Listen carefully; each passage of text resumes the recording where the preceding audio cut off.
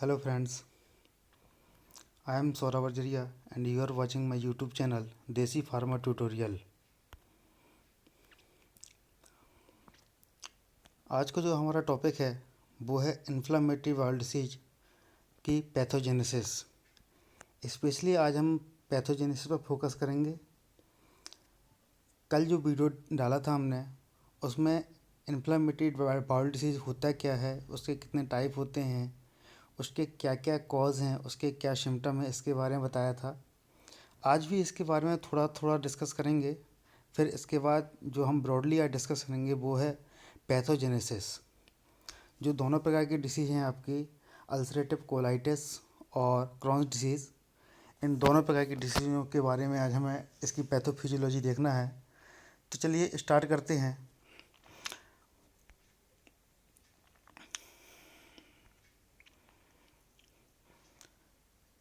थोड़ा थोड़ा हमें जानना ज़रूरी है। लास्ट वीडियो में आप देख चुके हैं पहले से ही कि ये इन्फ्लामेटरी बाउल डिसीज़ होता क्या है। आपको ये डायग्राम दिख रहा है। इस डायग्राम में स्पेशली आप देखें यदि तो पूरा ये डाइजेस्टिव ट्रैक्ट स्पेशली हाईलाइट किया हुआ है। इसमें इस डाइजेस्टिव ट्रैक्ट में कोई भी इन्फ्लामेशन यदि होता है किसी भी कारणवश तो वो कहलाता है आपका क्या, इन्फ्लामेटरी बाउल डिसीज। और स्पेशली जो इन्फ्लामेशन होगा वो ओरल से लेके माउथ से लेके ओरल कैविटी से लेके माउथ से लेके एनस के बीच में कहीं भी हो सकता है। कहाँ से? माउथ से लेके एनस के बीच में कहीं भी इन्फ्लामेशन हो सकता है। लेकिन हम ब्रॉडली ये कहते हैं कि इन्फ्लामेटरी बाउल डिसीज़ में जो भी इन्फ्लामेशन होता है वो या तो स्मॉल इंटेस्टाइन में होता है या लार्ज इंटेस्टाइन में होता है। ठीक है, तो हम यदि इसकी डेफिनेशन लिखना चाहें तो डेफिनेशन में हम ये लिखते हैं कि inflammatory bowel disease represent a group of intestinal disorder that cause prolong inflammation of the digest tract. तो इस डेफिनेशन के कहने का सीधा सीधा मतलब ये है कि ये जो इन्फ्लामेटरी बाउल डिसीज है ये इंटेस्टाइनल डिसऑर्डर है। मतलब ये आंत का डिसऑर्डर है, जो आपकी बॉडी में आंतें रहती हैं, छोटी आंत बड़ी आंत, इसका डिसऑर्डर है ये। और बहुत लंबे समय से आपके डाइजेस्टिव ट्रैक्ट में, आहार नली में कोई यदि इन्फ्लामेशन कॉज करता है, ये कहाँ पे? डाइजेस्टिव ट्रैक्ट में, आहार नली में बहुत लंबे समय के लिए ये क्या कर सकता है, इन्फ्लामेशन कॉज कर सकता है। यदि हम इन्फ्लामेशन के बारे में यदि बात करें तो इन्फ्लामेशन क्या था आपका? एक प्रकार से प्रोटेक्टिव रिस्पॉन्स था। आपकी बॉडी में कोई इंजरी हो रही थी, उस इंजरी को हील करने के लिए आपकी बॉडी क्या करती है, एक पदार्थ सीक्रेट करती है, इन्फ्लामेशन कॉज करती है, मीडिएटर रिलीज करती है जो इन्फ्लामेशन कॉज करती है ये चीज़ें। और ये क्यों करती हैं? क्योंकि आपके जिस एरिया में इन्फ्लामेशन हो रहा है वहाँ या तो कोई इंजरी हुई है या फिर कोई अदर हार्मफुल एजेंट आ गया है जिस की प्रोटेक्शन के लिए, जिससे आपकी बॉडी प्रोटेक्ट रहे, इसलिए आपकी बॉडी क्या करती है, इन्फ्लामेशन कॉज करती है। चलिए यदि बात करें तो इसके कितने प्रकार होते हैं, तो इसके दो प्रकार थे। कल हमने बताया था इन्फ्लामेटरी बाउल डिसीज़। जो इसका पहला टाइप था वो है अल्सरेटिव कोलाइटिस। अल्सर पेप्टिकल से बताया था, अल्सर में क्या था, छाले होते हैं। ऐसा ही सेम कंडीशन होती है आपकी अल्सरेटिव कोलाइटिस में। जो आपकी कोलोन होती है, आपकी जो बड़ी आंत होती है, उसमें क्या होते हैं, आपके अल्सर हो जाते हैं। देखिए आप यदि ये डायग्राम यदि देख रहे हैं आप, तो इसमें आप ये नॉर्मल कोलोन देखिए कितनी साफ़ सुथरी है ये, ठीक है। लेकिन अल्सरेटिव कोलाइटिस में क्या है आपके, देखिए ये इसमें क्या है, आपको ये छाले हैं, अल्सर हैं। इसकी जो सरफेस होती है, लाइनिंग होती है जो इंटेस्टाइन की, इसमें क्या हो जाते हैं, छाले हो जाते हैं। और उसकी वजह से क्या होता है, ये इन्फ्लामेशन कॉज होता है। ठीक है, क्लियर हो गया अल्सरेटिव कोलाइटिस क्या है? अल्सरेटिव कोलाइटिस है आपका आपके इंटेस्टाइन कोलोन में इंटेस्टाइन में क्या हो जाता है आपका, अल्सर्स हो जाते हैं, छाले हो जाते हैं। और वो क्यों होते हैं, आपका इन्फ्लामेशन हुआ, इन्फ्लामेशन ही आपको ये छाले कर देता है। अब देखिए बात करते हैं कि ये इन्फ्लामेशन क्यों हुआ यहाँ पर। देखिए आपकी बॉडी में कोई ना कोई बीमारी होने को है, मान लीजिए आपको कोई अदर बीमारी है, आपका इम्यून सिस्टम एक्टिवेट हुआ, ठीक है, लेकिन इम्यून सिस्टम एक्टिवेट हुआ जहाँ उसको काम करना चाहिए था, इम्यून सिस्टम को, आपके एंटीबॉडी को, ठीक है, वहाँ जहाँ पे काम करना चाहिए तो वहाँ काम नहीं कर रहा है, लेकिन वो किसी दूसरी जगह काम कर गया। जहाँ पे उसको काम करना था वहाँ पे काम नहीं किया और दूसरी जगह पर काम कर दिया। और जब दूसरी जगह पर काम कर दिया वहाँ पे क्या करेगा, ये अल्सर कॉज कर देगा। क्लियर है ये। चलिए अब बात करते हैं आप दूसरा वाला जो इसका टाइप है, वो कहलाता है आपका क्रॉन्स डिसीज़। ये भी एक इन्फ्लामेशन का दूसरा भाई है, इन्फ्लामेटरी बाउल डिसीज़ का दूसरा भाई है। पहला भाई था आपका अल्सरेटिव कोलाइटिस, दूसरा था आपका क्रॉन्स डिसीज़। ये भी एक बहुत ही घातक बीमारी है। ये भी ऑटो इम्यून डिसऑर्डर के कारण होता है, ये इम्यून सिस्टम की कोई ना कोई प्रॉब्लम के कारण होता है, इन्फ्लामेशन कॉज होता है इसमें भी, ठीक है। लेकिन इसकी कहानियाँ बहुत ख़तरनाक हैं। ये क्या करता है आपकी बॉडी में, कोलोन आपकी आहार नली से लेके, माउथ से लेके आपके एनस तक कहीं भी एक्ट कर सकता है, कहीं भी आपको इन्फ्लामेशन हो सकता है, और ये कहलाता है आपका क्रॉनिक डिसीज। लेकिन स्पेशली कहाँ पर होता है, जहाँ पे छोटी आंत की एंडिंग हो और बड़ी आंत शुरू हो रही हो, जहाँ पे शुरू छोटी आंत जुड़ी हुई, सॉरी, छोटी आंत का लास्ट पोर्शन और बड़ी आंत की स्टार्टिंग, यहाँ पे ये डिसीज़ स्पेशली होती है। और हालांकि ये कहीं भी हो सकती है। जो फिशर होता है, फिस्चुला होता है, वो इसी कंडीशन में होता है। फिशर फिस्चुला, देखिए यदि आप फिशर देखें, फिशर क्या होता है, ये आपकी इसमें देखें आप, ये आपका नॉर्मल इंटेस्टाइन है, इसकी सरफेस देखिए आप, इसकी नॉर्मल सरफेस है, नॉर्मल वाल है। लेकिन अब देखिए इसमें क्या है, यदि आपको क्रॉन्स डिसीज़ हो गई तो इसमें क्या होगा आपका, आपकी ये जो इसकी वॉल्स होती हैं, इंटेस्टाइन की जो वॉल्स होती हैं, इनकी दीवारें होती हैं, वो उसमें क्या हो जाता है, कड़ापन हो जाता है, थिक हो जाती हैं, ये कड़ी हो जाती हैं ये।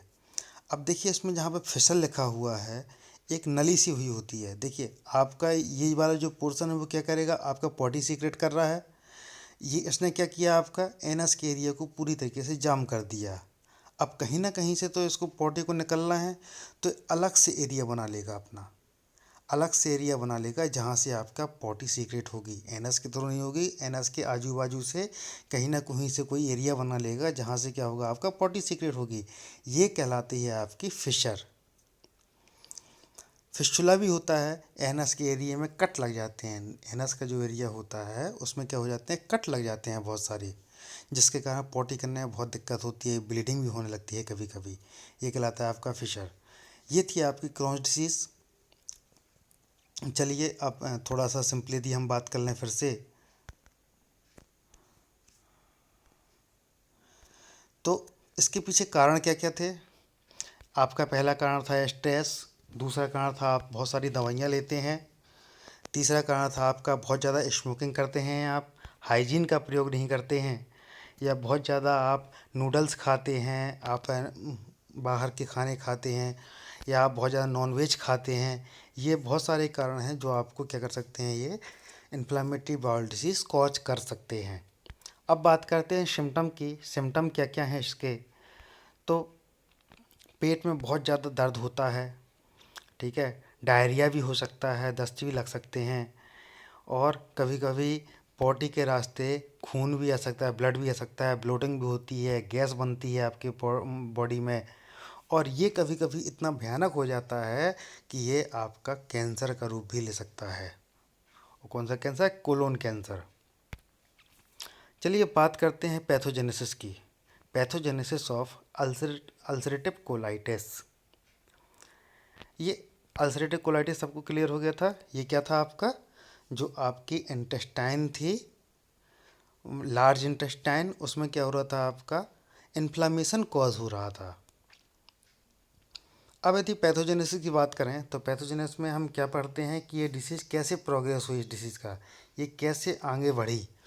तो मान लीजिए कोई इन्वायरमेंटल फैक्टर हो गया, या कोई नसेट्स हो गया, non steroidal anti inflammatory drugs हो गई, कोई आपको एक्यूट इन्फ्लामेशन हो गया, एक्यूट इन्फेक्शन हो गया, या फिर आप बहुत ज़्यादा स्मोकिंग करते हैं, या फिर आप बहुत ज़्यादा स्ट्रेस में रहते हैं, तो ये क्या करता है, ये सब चीज़ें क्या फैक्टर करती हैं आपकी, ये आपकी म्यूकोसल इम्यून सिस्टम को एक्टिवेट करती हैं। और ये क्या करेगा आपका,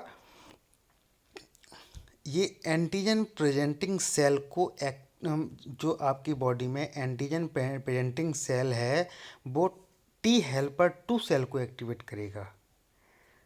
ये भी एंटीबॉडी का ही पार्ट है, एक एंटीजन एंटीबॉडी कहलाते हैं जो, उसका ही पार्ट है। अब ये क्या करेगा, ये आपकी बॉडी में interleukin 3, 4, 5, 10, interleukin 3, interleukin 4, interleukin 5, interleukin 10, इसको क्या करेगा, रिलीज करेगा, और बेसोफिल, बी लिम्फोसाइट और इयोसिनोफिल को रिलीज करता है ये। जब ये सभी चीज़ें रिलीज होंगी तो अब क्या हो सकता है, आपका क्रिप्ट एब्सेस हो जाता है।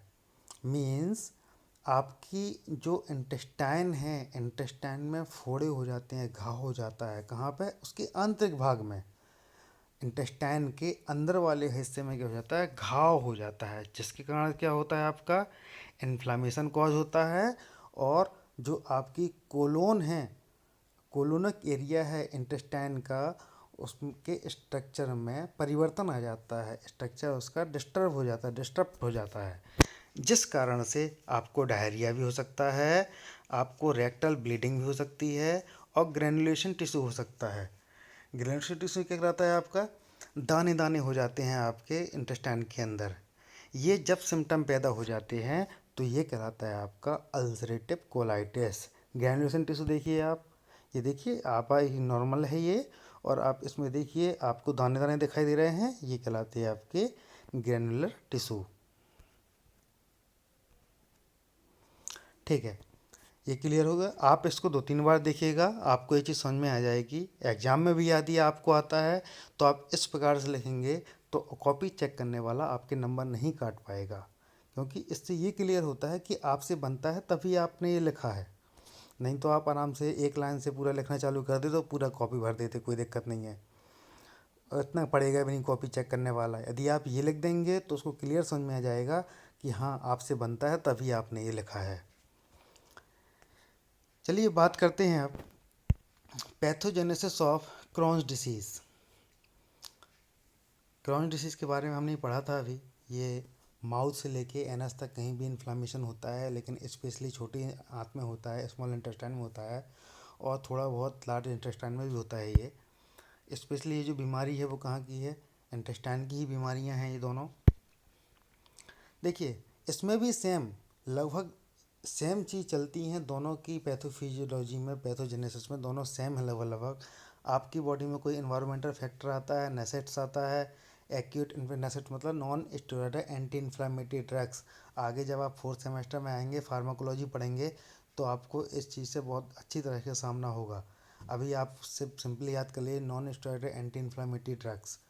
ठीक है, इसके बाद आपकी बॉडी में कोई एक्यूट इन्फेक्शन हो जाता है, आप बहुत ज़्यादा स्मोकिंग करते हैं, चैन स्मोकिंग करते हैं, आप बहुत ज़्यादा स्ट्रेस लेते हैं, जिस कारण से क्या होता है आपकी बॉडी में म्यूकोसल इम्यून सिस्टम का एक्टिवेशन हो जाता है। और सेम वही चीज़ फिर आ जाती है आपकी, जो एंटीजन प्रेजेंटिंग सेल है वो टी हेल्पर 1 को एक्टिवेट करती है। और अल्सरेटिव कोलाइटिस में क्या हो रहा था आपका, टी हेल्पर 2 को एक्टिवेट कर रही थी, लेकिन इसमें क्या है आपका टी हेल्पर 1 सेल को एक्टिवेट करती है। अब ये क्या क्या रिलीज करेंगी आपकी, ये interleukin 1, interleukin 6, TNF, tumour necrosis factor alpha, और INF, इंटरफेरॉन गामा, ये रिलीज होते हैं।